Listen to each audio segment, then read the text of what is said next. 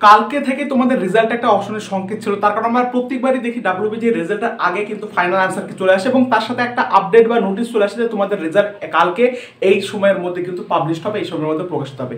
তার কোনোটাই কিন্তু আসেনি। দেখো এরা সত্যি মানে আমার নিজের সত্যি আমার নিজের বিবেকে বাজছে, তার কারণ আমি যে তোমাদের এইভাবে আশা জাগাচ্ছি বা বলছি যে তোমাদের রেজাল্ট আসছে, তারপরে যদি তোমাদেরকে বলতে পারি যে রেজাল্ট এসেছে তোমরা শোনো, তাহলে আমার মনে খুব খুশি লাগে। কিন্তু তারপরে তোমার যখন শুনতে হচ্ছে যে রেজাল্ট আসছে না, আবার পোস্টপন আবার ডিলে, তখন আমার নিজেরই বিবেক বাজছে। তাহলে ডাব্লিউবিজি বোর্ডকেও এই বিবেকটা বাঁধা দরকার। পশ্চিমবঙ্গের সমস্ত প্রায় অর্ধেকাংশ সমস্ত স্টুডেন্ট যে এইভাবে অপেক্ষা করছে ডাব্লিউবিজি রেজাল্ট নিয়ে, তাই যে রেজাল্টকে নিয়ে যে এতটা ডিলে হলো, তারপরে আমাদের কথা দেওয়া হলো 7 তারিখে আমাদের রেজাল্ট আসবে, তাহলে তোরা আগে নোটিশ দিয়ে বলতে যে আমরা 7 তারিখে বের করতে পারছি না বাবা আমাদের এই কারণে। আবার আরেকটা কথা শোনো, হাইকোর্টও স্পষ্টভাবে বলেছে যে 7 দিনের মধ্যে তোদের রেজাল্টকে বের করতে হবে। এবার হাইকোর্ট আবার নতুন করে জেমাস কাউন্সিল, কবেকার সেই জেমাস কাউন্সিল তাকে কেন্দ্র করে আবার নতুন করে 7 তারিখে ইস্যু করে তাদেরকে ডেকেছে। তাহলে 7 তারিখে কেন মিটিংটা করতে হলো? হাইকোর্টকেও প্রশ্ন করা যায়, কেন বাবা তোরা তো বলেছিস 7 তারিখে রেজাল্টটা আসবে, তোরা জানিস, তাহলে আবার 7 তারিখে নতুন করে ইস্যুটা কেন করানো হলো? আগে ডাব্লিউবিজি রেজাল্টটা বেড়ে যাক, তারপরে তোরা করতে পারে।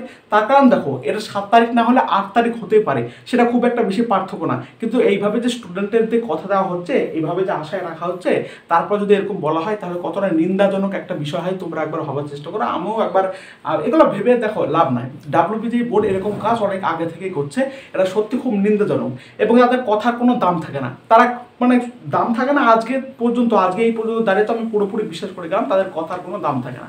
তাদেরকে যদি ওয়েবসাইটে ফোন করা হয়, তার মানে ফোন তো ধরে না, যদি ফোন করা হয় তাহলে বলে যে ওয়েবসাইটে নজর রাখো, ঠিক পেয়ে যাবে। কিন্তু আবার পরবর্তী ক্ষেত্রে জানা যায় ডাব্লিউবিজি রেজাল্ট আসছে না, তার সাথে ডব্লিউবিসিএপি যেটা পোর্টাল, যেটা স্নাতক স্তরে ভর্তি হবে, সেই প্রক্রিয়াটা বন্ধ করে রেখেছে।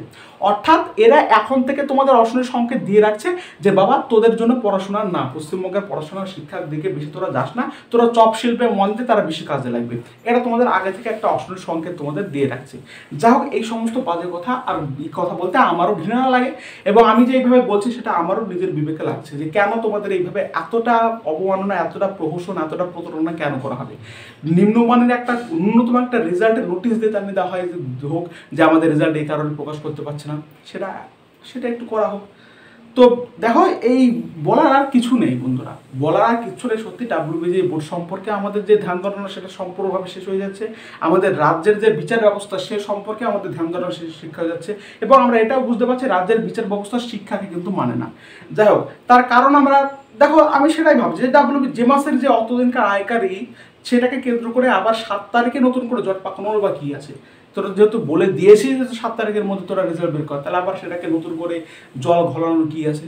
এর মধ্যে যদি পলিটিক্স খেলা হয়, আমি তো বুঝতে পারছি পিওর পলিটিক্স খেলা হচ্ছে, এর মধ্যে আবার নতুন একটা ইস্যু করা যাচ্ছে।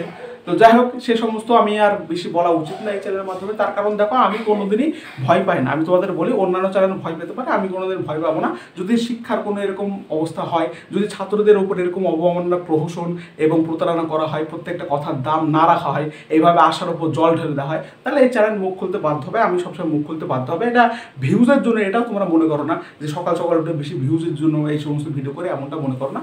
নিজের একটা বিবেক থেকে মনে হলে যে ভিডিওটা তোমাদের করার দরকার, জানানোর দরকার।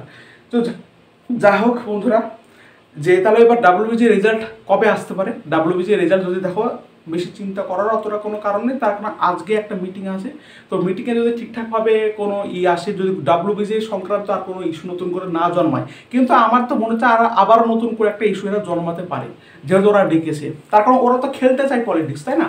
তাহলে এই জন্য কি আবার নতুন একটা ইস্যু কিন্তু এরা জড়াতে পারে। তো সেই জন্য একটু সাবধানে থাকো। সেই কারণ যদি এটা আবার জড়ায়, তাহলে আমাদেরকে সবাইকে কিন্তু একসাথে নামতে হবে বাবা, প্রত্যেককেই কিন্তু একসাথে লড়াইয়ে নামতে হবে, প্রতিবাদে নামতে হবে, নাহলে কিন্তু এটা সম্ভব নয়।